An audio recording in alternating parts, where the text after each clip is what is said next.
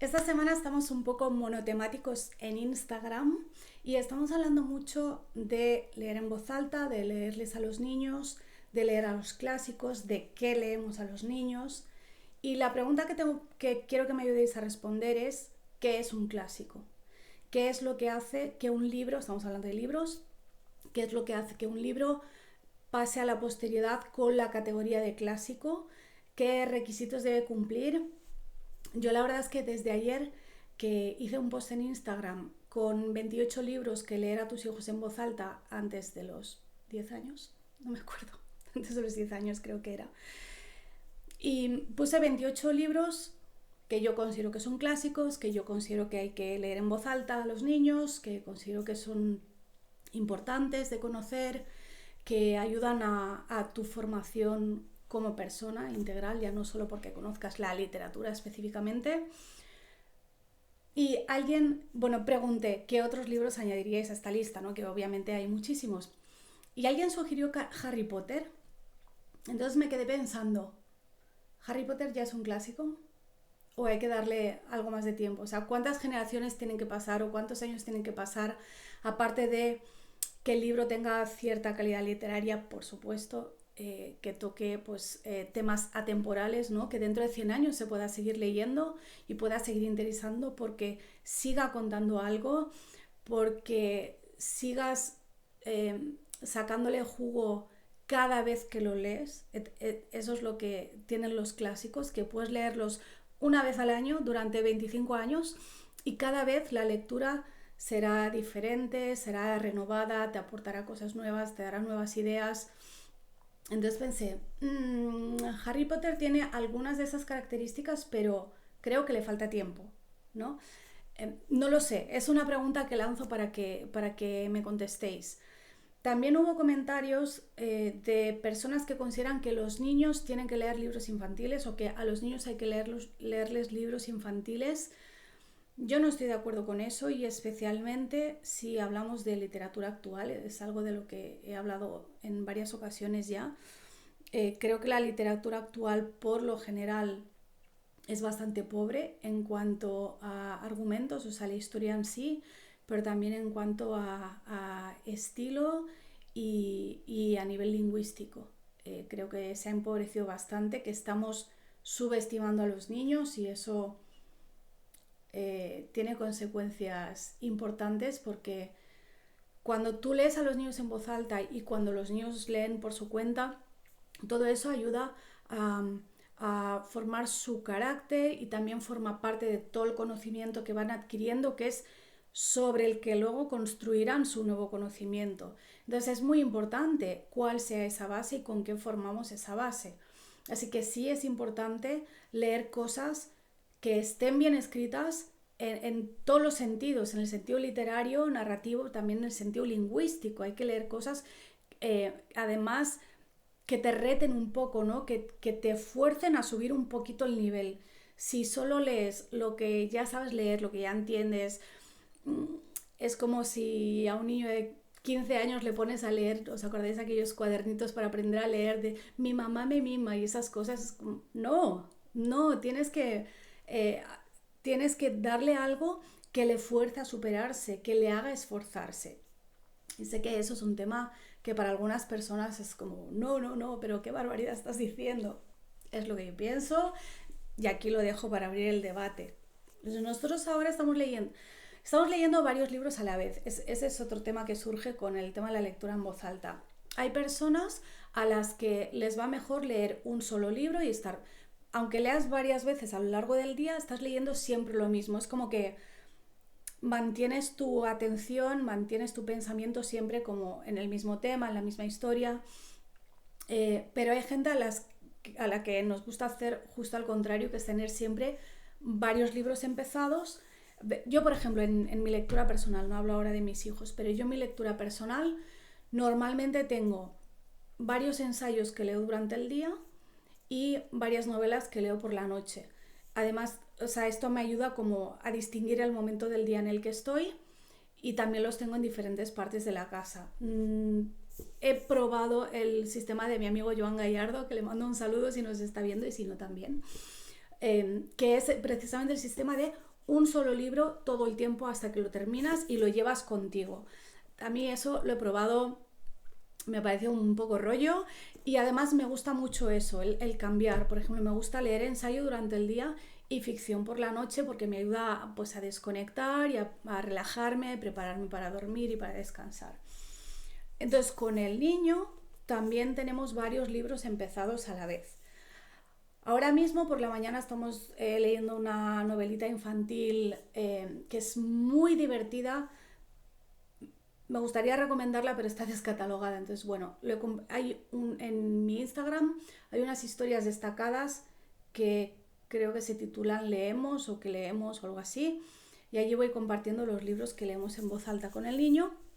Y uno de estos se titula La abuela. No soy capaz de recordar el nombre del autor, creo que es alemán. Y es una novelita muy cortita, muy divertida. Bastante dura si la miras desde la perspectiva adulta, pero os aseguro que los niños no tienen la misma mirada que nosotros. Es la historia de un niño que con 4 o 5 años pierde a sus padres en un accidente de coche, se va a vivir con la abuela. Entonces en cada capítulo vas viendo un poco el choque generacional que tienen el niño con la abuela y al final de cada capítulo están como las reflexiones de la abuela, como si fuese su diario o como si entraras en su mente. Y es muy interesante. Por ejemplo, hoy leíamos como a veces discutían porque a la abuela le caía mal la madre del niño. Y dices, jo, qué duro que le digas eso a un niño cuando además su madre ha muerto. Pero bueno, es muy interesante ver también el proceso de los dos. Y luego estamos leyendo por la mañana los cuentos de Hans Christian Andersen. Además tenemos una colección de dibujos animados en que cada historia dura más o menos media hora. Y lo que hacemos es que después de haber leído el cuento, vemos la película. Y por la noche leemos los cuentos de Grimm. Y de este os quería hablar porque, por lo que os decía de las lecturas, por ejemplo, ayer leímos El lobo y los 7 cabritos, que es un cuento que seguramente muchos conocéis, que se ha adaptado muchas veces en versiones para niños, ilustradas y demás. Y es un libro que también, o sea, es un cuento que también es bonito, pero es duro. Si cuando lo piensas fríamente, piensas, pero ¿cómo le leo esto al niño? Pero es que los niños, insisto, tienen otra mirada. Entonces, ayer al leer El lobo y los 7 cabritos, que es una historia que yo conozco desde que era pequeña, que la he leído 1.000.000 de veces, que he visto los dibujos, o sea, que ya me la conozco, y aún así lo que decía antes de los clásicos. Los clásicos, cada vez que los lees, es una lectura nueva. Y es una historia nueva, siendo la misma historia, llegas a una interpretación nueva, a una conclusión diferente, a un nuevo ángulo. Y yo ayer, mientras lo leía, me di cuenta de que, sabéis que me interesa mucho todo el tema de los niños y la tecnología, y aquí dirás, ¿qué tiene que ver este libro que creo que es del siglo XIX, que además recopila cuentos populares mucho más antiguos?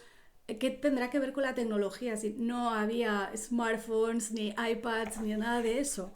Pero veréis lo que pasa. Los cabritos se quedan solos en casa, porque la madre se va al bosque pues, a hacer sus recados, ¿no? Entonces, les dice que no abran la puerta porque puede venir el lobo que los va a querer engañar. Entonces, efectivamente, llega el lobo y cuando les dice, soy vuestra madre, abrid la puerta, los cabritos le dicen, no, a ver, ¿dónde está? Dice, no abriremos, tú no eres nuestra madre, pues ella tiene una voz dulce y amable, la tuya, en cambio, es áspera. Entonces, ¿qué hace el lobo? Pues obviamente ya tiene una pista. Va y se hace algo para dulcificar su voz y vuelve. Y cuando vuelve, los cabritos, en su inmensa inocencia, le dicen, no abriremos, le piden que les enseñe la pata. Dicen, no abriremos, nuestra madre no tiene ninguna pata negra, tú eres el lobo. Entonces, obviamente el lobo va, se pone, creo que harina blanca sobre la pata para volver y así finalmente engañarles, ¿no? Y consigue engañarles. Claro, ¿qué pasa hoy en día en Internet? Que nosotros en nuestra inocencia, como estos cabritos, como niños, y no solo le pasa a los niños, le pasa también a los adultos, damos mucha información y es muy fácil que nos engañen o que descubran incluso cosas que no hemos dicho abiertamente, pero vamos dando retazos de información y vamos dando pistas, ¿no? Es como aquello de que no se sepa si te vas de vacaciones y tu casa queda vacía, por ejemplo, o que no se sepa a qué colegio van tus hijos. O ayer, por ejemplo, vi un tuit de alguien que enseñaba unas cartas que había recibido y se podía leer la dirección postal, o sea, de dónde vive. Entonces, me pareció muy interesante ver cómo un cuento tan antiguo nos sirve para enseñar esto a los niños en cuanto a seguridad en Internet, que es otro temazo del que otro día voy a hacer un vídeo porque sé que hay mucho interés y mucha polémica y demás.